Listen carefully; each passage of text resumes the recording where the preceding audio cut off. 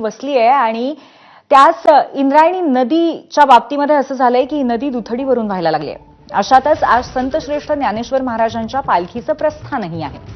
लाखो वारकरी अलंकापुरीमध्ये दाखल होत आहेत. मात्र इंद्रायणीच्या पाणी पातळीमध्ये वाढ झाली आहे, त्यामुळे वारकऱ्यांचा हिरमोडही होणार आहे. कारण माऊलींच्या चरणी माथा टेकवण्यापूर्वीच वारकरी या पवित्र इंद्रायणी नदीमध्ये स्नान करतात, अशी प्रथा असते.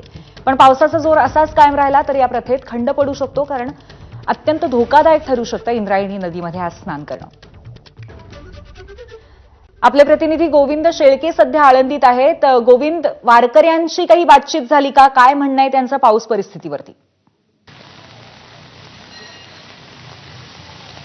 पूर्वी आपण बघतोय की काल खरं तर जगद्गुरू संत तुकाराम महाराजांच्या एकूण पालखी सोहळ्याच्या प्रस्थानाला पावसाने हजेरी लावली होती आणि काल पावसामध्येच तिकडे प्रस्थान झालं. आणि आज सुद्धा आपण बघतोय की संतश्रेष्ठ ज्ञानेश्वर माऊली महाराजांच्या पालखी सोहळा आज प्रस्थान ठेवणार आहे. आणि या प्रस्थानाला सकाळपासून म्हणजे खरं तर रात्रीपासूनच पावसाला सुरुवात झाली आहे. आता सुद्धा पाऊस सततधार पडत आहे आणि याच पावसातून मार काढत हे सगळे वारकरी अशा प्रकारच्या, आता ही गाडी आहे माझ्या बाजूला तुझी बघतेस, अशा प्रकारच्या गाड्यामध्ये वारकरीचं साहित्य पुढे जात असतं आणि जिथे जागा मिळेल तिथे हे वारकरी आता आपल्याला जागा धरून बसताना पाहायला मिळत आहेत. कारण पाऊस येत असताना बाकी तयारी जोरदार सुरू आहे. कारण आज प्रस्थान झाल्यानंतर संतश्रेष्ठ ज्ञानेश्वर माऊली महाराजांच्या पालखी सोहळ्याच्या स्वागत करण्यासाठी ठिकठिकाणी अशा प्रकारची सजावट केली जाते.